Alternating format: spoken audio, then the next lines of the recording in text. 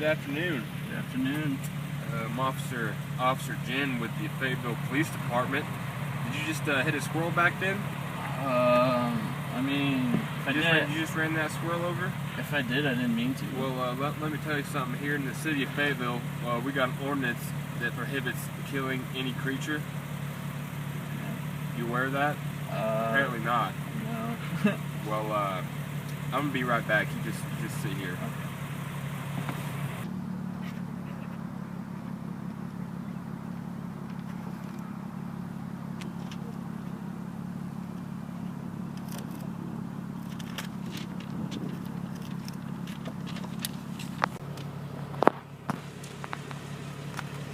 All right, sir.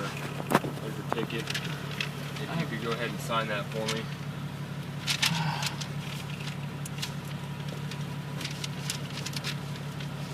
So you're gonna have to appear in court on that said date. So try not to run any animals over again, or you're gonna get another ticket. All right? Yes, sir. Well, have a good day. All right, you too. Okay. Order. So begins the trial of the City of Fayetteville versus Jay Simpson. We're about to have a witness come forward. Michael Jung, you're called to the stand.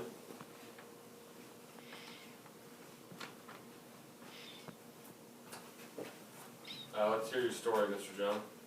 Oh, well, you see here, I was on my way to back 40 on my farm, doing some spitting and whatnot, and I saw this cute little squirrel run across the road. See this fancy foreign car running like 200 miles an hour. What do you think the squirrel was trying to do?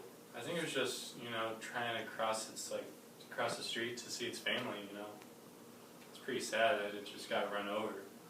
Was it dead, or did it suffer? No, it was dead, just pancaked on the road, everywhere. But luckily, there's an officer pulled this man over, gave him a ticket. Alright, well, thank you for your story, Mr. Jung. No problem. Could the prosecution please present the case against Mr. Simpson? Yes, well, seeing that the judgment and will are one entity, the defendant couldn't have done something intentionally that he didn't see as the best option. So, obviously he judged that killing that squirrel with his car was the best option to do. So, he's guilty. I see. Could the prosecution please come forward and present the case against Mr. Simpson? Yes, well, in this universe, everything is predetermined, so every action only has one possible consequence. There is no such thing as self-control or free will, so Mr. Simpson here couldn't have done any other action besides killing the squirrel. However, since he still did kill the squirrel, and this was the plan of the universe, he must suffer the consequences. May the prosecution please come forward and present the case against Mr. Simpson? Certainly. Well, you see, as human beings, we want to do what's naturally good. So, for example, in this situation, when he was going to run over the squirrel, he naturally wouldn't want to run over the squirrel.